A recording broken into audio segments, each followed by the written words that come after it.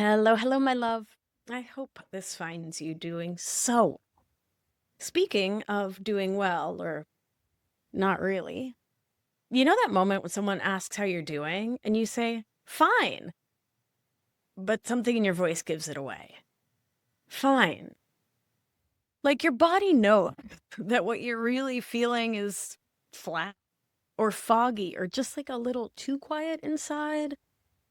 You're not fine, but you're telling the world you're. And that's who this episode is for. And that said, if you don't do that, I'm sure you know and love someone who does. So keep listening. This episode is for the folks who look like they've got it together, who've checked most of the boxes.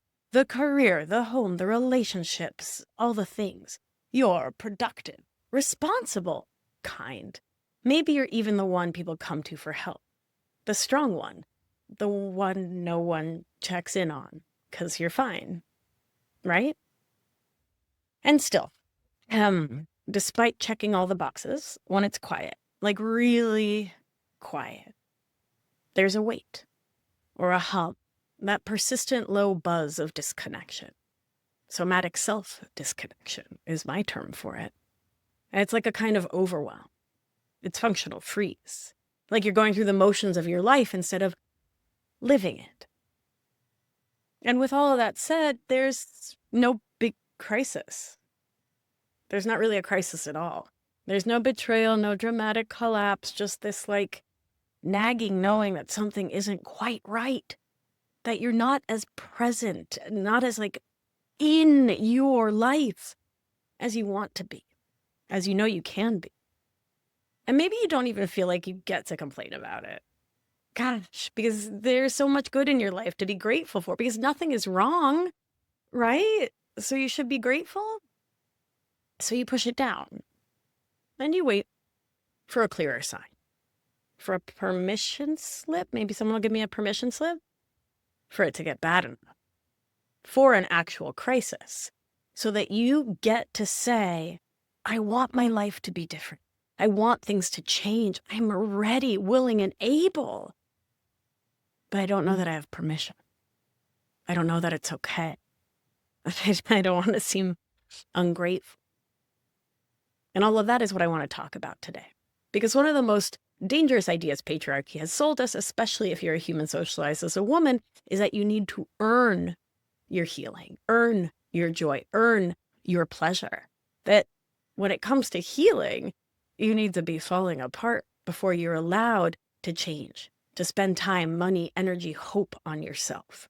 That unless you're completely broken down, you don't really deserve support, right? Right. And that, my beauty, my love, my darling, is an old and yucky lie. If you're new here, emotional outsourcing is the term I coined and, of course, trademarked to describe the habit of giving away your emotional life to the people around you, relying on their validation, approval, moods, needs, and stories to determine how you feel, what you do, how you show up. It's my umbrella term to talk about our codependent, perfectionist, and people-pleasing habits, especially if you're like me and all those words just don't exactly fit, but you're doing all of the things that fit the definition. A lot of folks with emotional outsourcing habits, especially the high-functioning ones, don't even realize they're doing it because it doesn't always look like chaos. It can look like selflessness, like overgiving, overfunctioning, always being the calm one, the fixer, the capable one, the one that gets called when everyone else's life goes to pot. Until one day, you realize you're burnt out, not just from like work or caregiving or the news cycle, but from constantly abandoning yourself in small, invisible, insidious, painful ways. You're tired because you've never been with yourself. You're disconnected because you've been busy managing everyone else's nervous system while never tending to your own. You've been wearing a mask for so long you forgot it was a mask and that there's someone else under there. And because the world keeps spinning and your calendar stays full, you tell yourself, I'll deal with it later. It's not that bad yet. It's not that bad yet. It's not that bad yet. And then a decade goes by. So let's pause here. because your nervous system likely believes it's not that bad yet. The vagus nerve, your body's highway of neuroception, is always scanning for cues of safety or threat. When you're in functional freeze, when you've got one foot on the gas of sympathetic activation, adrenaline, worry, stress, go, go, go, but you've got one foot on the dorsal disconnect, detached, shut down, deer in the headlights, can't feel your own feelings, numb inside. Wait, what? That's functional freeze. You're getting the dishes done, you're responding to emails, you're picking up the kids, getting another grad degree, getting another certification, showing up at work, nodding and smiling at brunch, volunteering and volunteering to volunteer and volunteer. Your nervous system gets tricked into thinking, I guess this is fine. This must be fine. Must be fine. She keeps doing so much. She keeps adding things. So I guess we're surviving, so it's fine. I hear you. But surviving isn't thriving. And functional freeze, what looks like calm on the outside, is often a form of low-level dorsal vagal shutdown combined. But my love, surviving isn't thriving. And functional freeze, what looks calm on the outside, is actually a maelstrom on the inside. Sure, you're not panicking, you're not in chaos, but you're not really here, present in your life either. You're coasting. And over time, that state of not quite here-ness starts to shape your identity. I know it really did for me. You stop asking big questions. You stop checking in with your desires because you stopped dreaming a long time ago. You stop expecting life to feel vibrant, alive, pleasurable. There's this little part of you that doesn't even miss those feelings because your body kind of forgets they're possible.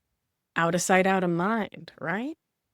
Until something happens. Maybe a health scare or a relationship rupture, or the grief hits sideways one day while you're loading the dishwasher, and the pain says what you couldn't. I can't keep going like this. And here's what I want you to hear, my darling. You don't have to wait for the crash. You don't have to hit a breaking point. You don't need to prove your pain with wreckage. You're allowed to grow just because you want more. More presence, more peace, more pleasure, more time spent in your body, not just hovering above it, more relationships that actually feed you, more days that feel like yours. And when we're stuck in emotional outsourcing patterns, we're often cycling through sympathetic activation and dorsal collapse, fight, flight, freeze, functional freeze. And without somatic tools and nervous system regulation, those cycles just repeat. You might feel a jolt of motivation. I'm going to fix this. And then crash right back down. What's the point? And so the answer is not about willpower, because willpower, come on, doesn't really work. It doesn't really last. Eventually you're white knuckling, and that just sucks.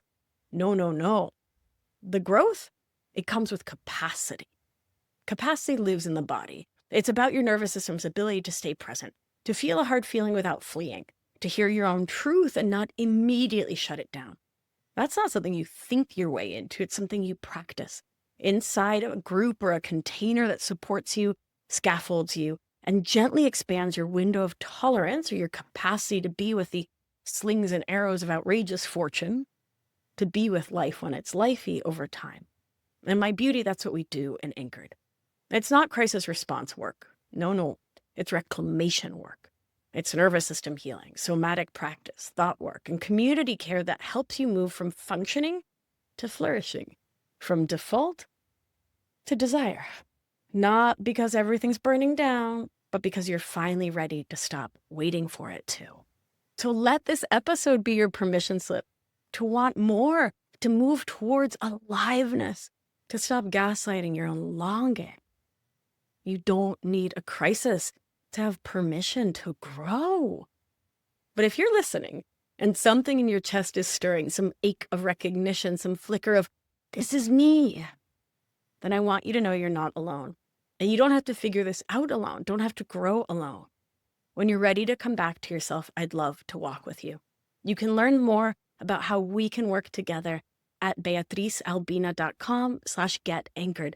Applications are open now, and I cannot wait to share this life-changing program with you. My beauty, I'll say it again. You don't need a crisis. You don't need to break down. You don't need to be wildly burned out or in the hospital with fatigue before you decide to let yourself change. Just wanting a life you love more, that's enough. It's truly enough. And I'd be honored and grateful to get to be your guide. Thank you for joining me.